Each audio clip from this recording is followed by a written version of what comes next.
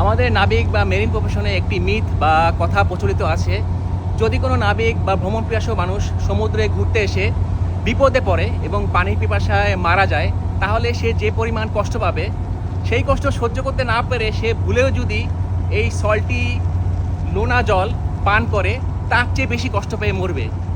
আমার পিছনে যে অসীম নীল সাগর দেখতে পাচ্ছেন, অন্তহীন, এই সাগরের লোনা জল দেখতে যতটাই সুন্দর ততটাই বিষাক্ত। তো এখন আপনাদের মনে প্রশ্ন হতে পারে, এই যে বড় বড় দানবাকৃতির জাহাজ এক মহাদেশ থেকে আরেক মহাদেশে চলে যাচ্ছে বড় বড় সাগর মহাসাগর পাড়ি দিয়ে, তাহলে এই ধরনের জাহাজে বিশুদ্ধ পানি, ফ্রেশ ওয়াটার বা মিঠা পানি কোথা থেকে আসে? আমি আমাদের জাহাজ থেকে এক্সাম্পল হিসেবেই বলি যে আমাদের জাহাজে প্রতিদিন প্রায় 8 মেট্রিক টন মানে প্রায় 8,000 লিটার পানি প্রয়োজন হয়।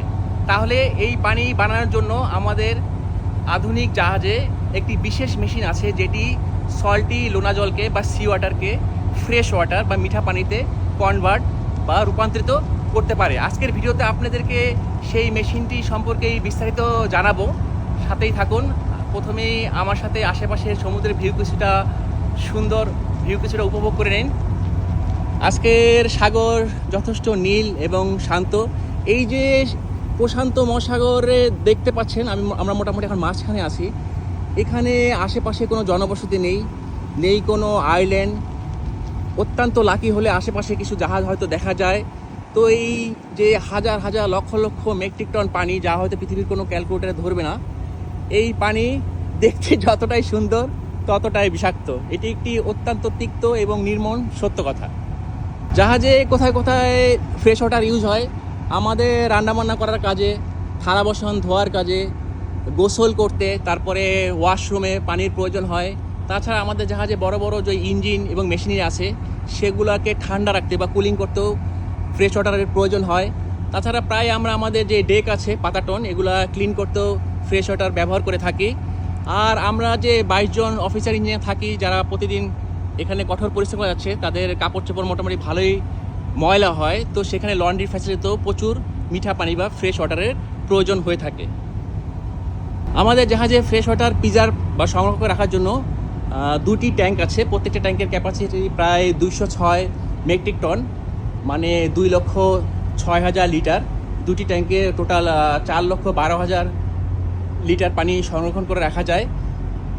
আর কিছুক্ষণ পরে আমি ইঞ্জিন রুমে নিচে নিয়ে যেয়ে আপনাদেরকে যেই মেশিনটি দেখাবো যেটি ফ্রেশ ওয়াটার প্রডিউস করে, সেটির ক্যাপাসিটি প্রায় 30 কিউবিক মিটার পার লিটার, মানে 30,000 লিটার পানি সে প্রতিদিন প্রডিউস করতে পারে। আপনাদের মনে এখন প্রশ্ন হতে পারে যে এই যে মিঠা পানি প্রডিউস হচ্ছে, তো এখানে তো ভাইরাস, ব্যাকটেরিয়া, জীবাণু থাকতে পারে। তো আপনাদের জ্ঞাতার্থে বলে থাকি, এই পানিগুলোকে আমরা ট্রিটমেন্ট করি, নানা রকম ফিল্টারিং মেকানিজম এখানে কাজ করে, কেমিক্যাল ট্রিটমেন্ট হয়, ইউভি ল্যাম্প আছে। আমাদের বাসায়, অফিসে, শহরে, কলকারখানায় যে পানি পান করি সেটা অনেকটা ওয়াটার ফাউন্টেন থাকে বা ফিল্টার থাকে, সেম মেকানিজম এখানে কাজ করে। বাট এখানে যেহেতু জাহাজে প্রচুর পানির প্রয়োজন হয়, সেই ক্ষেত্রে সব কিছুই আকারে কিছুটা বিশাল, বড় এবং ম্যাসিভ। এই মুহূর্তে আমি এখন জাহাজে একেবারে পিছনের প্রান্তে আছি। আমার সাথে দেখতে পাচ্ছেন পিছনে এবং দুই পাশে 2টি ফ্রেশ ওয়াটার ট্যাঙ্ক আছে। এই ট্যাঙ্কগুলোর ভিতরে আমরা পানি রিজার্ভ করে থাকি। তো অনেকেই ভাবতে পারেন যে আমরা বৃষ্টির পানি কেন ব্যবহার করি না। এনসিয়েন্ট যুগে বা প্রাচীন যুগে হয়তো বৃষ্টির পানি সংগ্রহণ করে তারা ইউজ করতো। আর আমাদের কমার্শিয়াল বা মার্চেন্ট শিপে যদি সব সিস্টেম ফেল হয়, সব কিছু শেষ হয়ে যায়, শেষ ভরসা হয়তো বৃষ্টির পানি হতে পারে। বাট এই ধরনের জাহাজ যখন মাসের পর মাস এক দেশ থেকে আরেক দেশে যায়, তার সেফ নেভিগেশনের জন্য, গন্তব্যে পৌঁছানোর জন্য পানির ব্যবস্থা করা থাকে, যাতে সে প্রতিদিন পানি প্রডিউস করতে পারে এবং সংরক্ষণ করে রাখতে পারে। তারপর যদি কোনো কারণে আমাদের পানির মেশিনটি বিকল হয়ে যায়, এই ট্যাঙ্কি রিজার্ভ ওয়াটার দিতেই আমাদের সেফলি নেক্সট পোর্টে পৌঁছতে পারি। তার উপরে কিছু কিছু জাহাজে দেখা যায় যে পানি তৈরি করার মেশিন, সেটির পারফরমেন্স বা কর্মদক্ষতা অনেক কম। তো সেই ক্ষেত্রে আরেকটি অপশন অ্যাভেলেবল আছে, জাহাজ যখন বিভিন্ন বন্দরে যায়, সেই পোর্ট ফ্যাসিলিটি বা টার্মিনাল বা বন্দরে গেলে সেখানে টাকার বিনিময়ে পানি রিসিভ করা যায়, কিনা যায় এবং ট্যাঙ্কিতে সংগ্রহ করে রাখারও অপশন আছে। তবে সেই ক্ষেত্রে একটা জিনিস আপনাদের মনে রাখতে হবে, যেহেতু জাহাজের মেশিন পানি বানাচ্ছে না বা কম বানাচ্ছে এবং এই ট্যাঙ্কির ক্যাপাসিটির কিছুটা লিমিটেশন আছে, তো সেই ক্ষেত্রে রেশনিং বা মিতব্যয়ী হয়ে পানি ইউজ করতে হবে, তা না হলে জাহাজ পরবর্তী বন্দরে নিরাপদে পৌঁছতে পারবে না। তো এই ব্যাপারটা মাথায় রাখতে হবে। এই যে পাইপগুলো দেখতে পাচ্ছেন, এই পাইপের মাধ্যমে এই টার্মিনাল থেকে পানি রিসিভ করার অপশন আছে। আর এখানে নিচে ফ্রেশ ওয়াটার ট্যাঙ্ক, সেই ট্যাঙ্কের যে ভেন্ট হেড, এখানে পানির প্রোডাকশন এতটাই বেশি, ট্যাঙ্কি ভরে গেছে, তাই পানি মাঝে মাঝে ওভারফ্লো করছে। সমস্যা নেই, মিঠা পানির সমুদ্রে গেলে কোনো অসুবিধা নেই। তো চলুন আপনাদেরকে ধীরে ধীরে ইঞ্জিন রুমে নিয়ে যাই এবং ওখানে পানি বানানোর মেশিনটি আপনাদেরকে প্র্যাকটিক্যালি বা ফিজিক্যালি বা সশরীরে দেখাই। সাথেই থাকুন।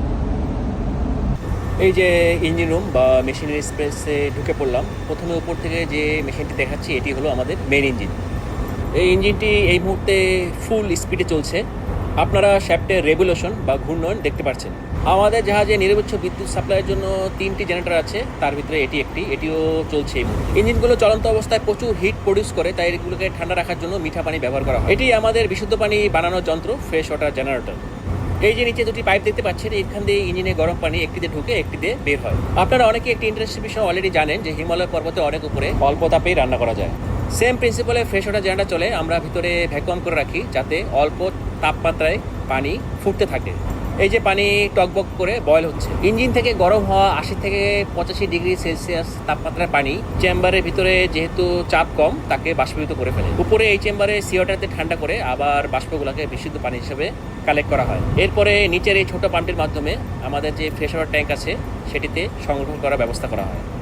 এই দেখেন ফ্লোমিটার ঘুরছে, এখান দিয়ে পানি যাচ্ছে। এই যন্ত্রটি পৃথিবীর সকল বাণিজ্য জাহাজে ইনস্টল করা আছে। আরেকটি প্রসেস আছে যেটাকে বলা হয় আরও বা রিভার্স অসমোসিস প্রসেস। আপনারা ইন্টারনেট ঘাঁটলেই বুঝতে পারবেন যে এটি ওয়াস্ট হিট রিকভারির একটি খুব সুন্দর উদাহরণ।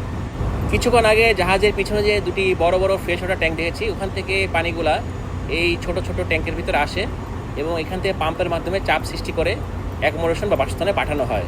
এটি ড্রিঙ্কিং ওয়াটার ট্যাঙ্ক এই পাইপের মাধ্যমে এবং এই ফিল্টার এবং ইউভি ট্রিটমেন্টের মাধ্যমে খাবার উপযোগী হয়ে ওঠে। এখানে প্রচুর শব্দ, আপনাদের বেশিক্ষণ রাখবো না, চলুন বাইরে যাই।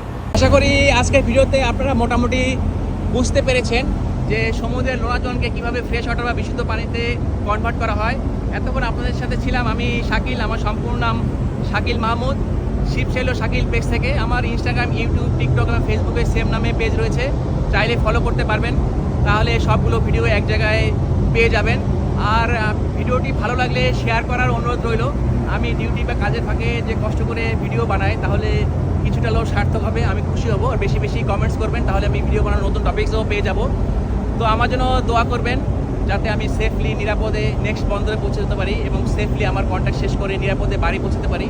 পৃথিবীর সকল নাবিক এবং প্রবাসী যারা তাদের ফ্যামিলি থেকে দূরে আছে, তাদের নিজস্ব সুন্দর সময়গুলো স্যাক্রিফাইস করছে পরিবারের জন্য, দেশের জন্য, তাদেরকে সবাইকে আমি সম্মান জানাই, ভালোবাসা জানাই। আপনারাও তাদের প্রতি কৃতজ্ঞ থাকবেন। তো আজকের মতো আমি বিদায় নিচ্ছি প্রশান্ত মহাসাগর থেকে। ভবিষ্যতে অন্য কোনো ভিডিও নিয়ে আবার হাজির হব। সবাই ভালো থাকবেন, সুস্থ থাকবেন। আল্লাহ হাফেজ।